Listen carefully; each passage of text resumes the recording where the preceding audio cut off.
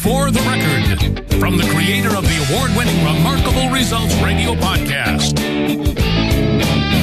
Now listen to a slice of wisdom, a concept, a sentiment, a theory, and maybe even a rant from one of your industry colleagues. For the Record.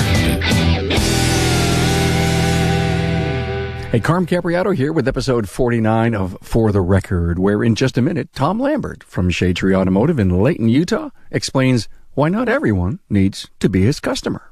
Hey, do you consider yourself an early adopter? Do you like to stay ahead of the technology curve? Well, if your answers are yes, then FlexCheck Auto is designed just for you.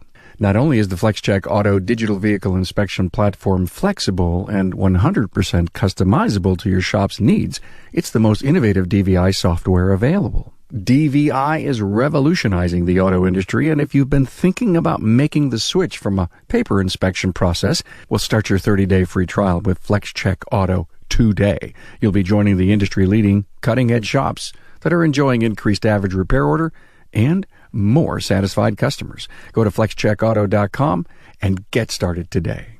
Help our podcast ecosystem, our community, to grow. Subscribe, share, and like every time you hear and or see the podcast. Now, if you're here for the first time, thanks for being a new listener. If you're a long-term listener, I'm humbled by your support. Now, Tom Lambert shares his passion for his style of marketing. He charges what he's worth, and he talks about his three-legged stool strategy. Tom's talking points and links to his previous episodes can be found on the show notes page at remarkableresults.biz/F049. Okay, as you know, the views and opinions expressed are those of my guest and do not necessarily reflect the views and the opinions of the author, sponsors, associates, or affiliates of LSTN Media, LLC. Now, Tom Lambert, For the Record. Hey, Tom Lambert here with Shade Tree Automotive and the Institute for Automotive Business Excellence. And For the Record, I'm talking about marketing styles today, in particular, the discount marketing strategy. And those of you that know me well know that I'm not a discount shop, but those of you that have known me long enough have known that I've tried all aspects. So I feel I can kind of speak from both sides on this. And the angle I'm really wanting to come at this from is thinking about my team first. I'm a strong believer in the three-legged stool. Everybody has to win. I kind of think of life and my business as a game, and I don't like to lose. So I set things up to win. And one of the ways the three-legged stool, the way that works is everybody wins, right? So customer has to win, my team has to win, and then me as the shop owner has to win.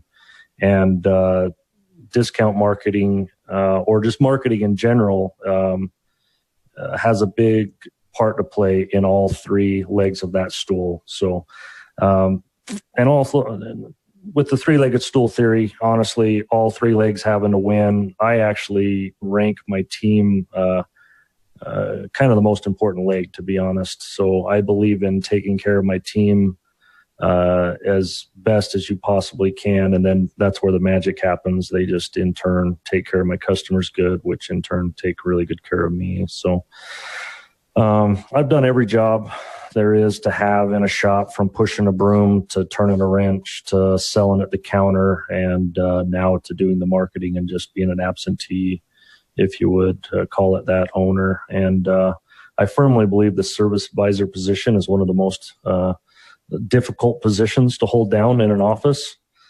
And as the owner, it is my job to make everybody's job as easy as possible, and to make them, set them up with the tools they need to be successful.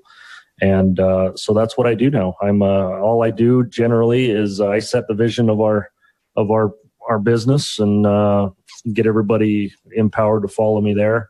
And then outside of that, my daily or weekly tasks are to market, to bring in enough of the right customers to keep everybody busy. And the key words in that is the right customers. The right customer to me is more important than the right amount. So I market in a very particular way to make sure I am bringing in good people and almost scaring away the ones that come in and rough my advisors up a little bit. So I actually market myself to be a little bit higher price than what I really am. I think I'm kind of right in the hunt as far as pricing goes. I honestly feel that all my customers are getting one heck of a deal to come in and utilize my shop and my team for what I charge. That being said, if you were to put me against the nationwide average, I'm probably in the top 20% of pricing. I feel we deliver a lot of value.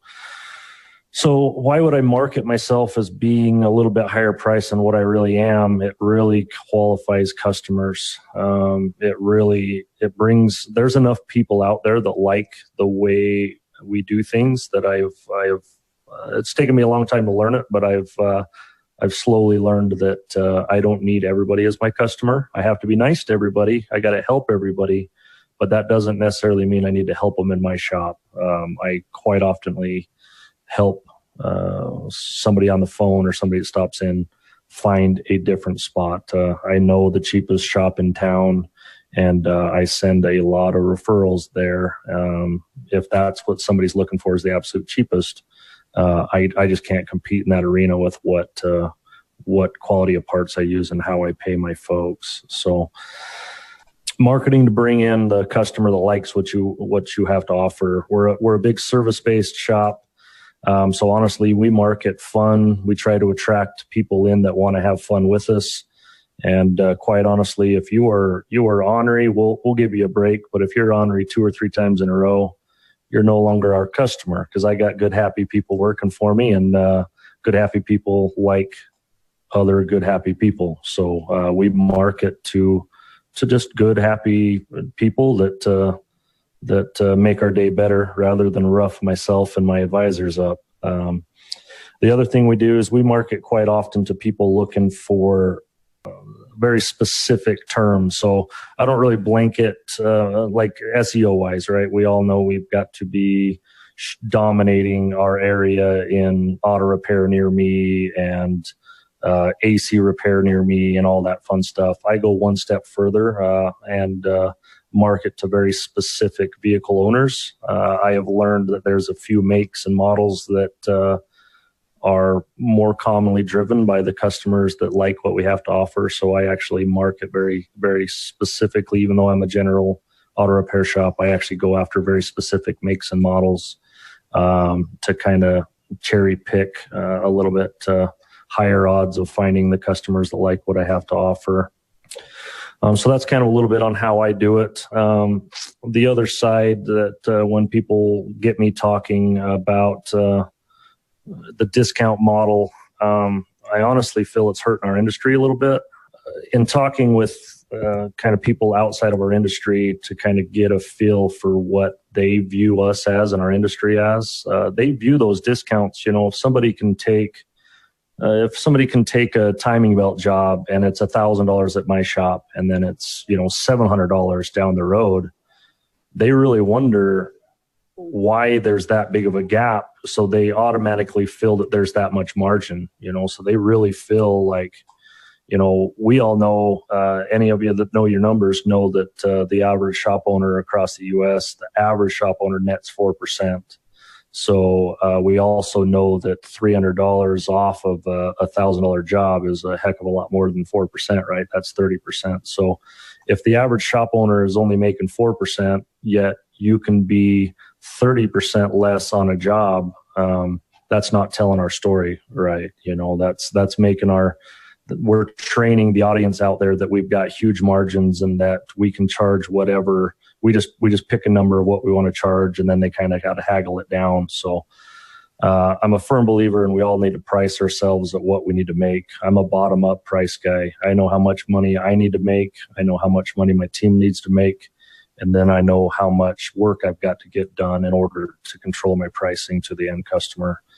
And therefore, you won't ever see me discounting. You'll never see me advertise any kind of oil service. You won't see any kind of mass discount. It's just not not an arena that I honestly feel is helping our industry. I really firmly believe it's hurting us because customers' perception is all there is. What they perceive is real to them. So if we continue to do $15, $20 oil changes when we all know that oil change costs us, $40, $50, we're teaching our audience, our potential customers, the opposite of what we really are. They really think that we're all making thousands of dollars on every job.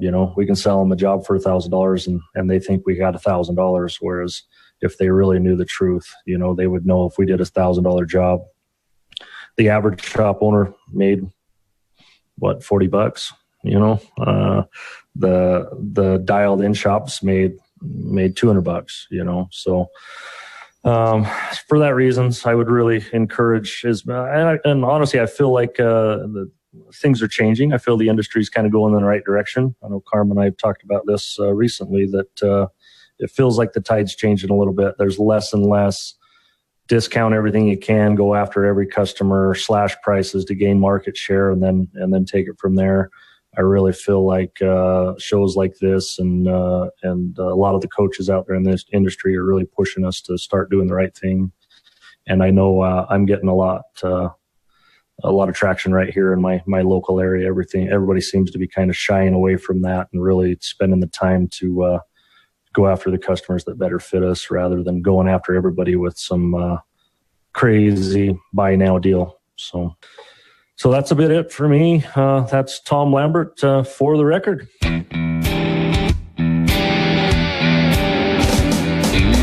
Thanks for listening to For the Record from Remarkable Results Radio. Subscribe to the show on your favorite podcast listening app. Find all Remarkable Results podcast content at remarkableresults.biz. Remember, your learning curve never sounded so good.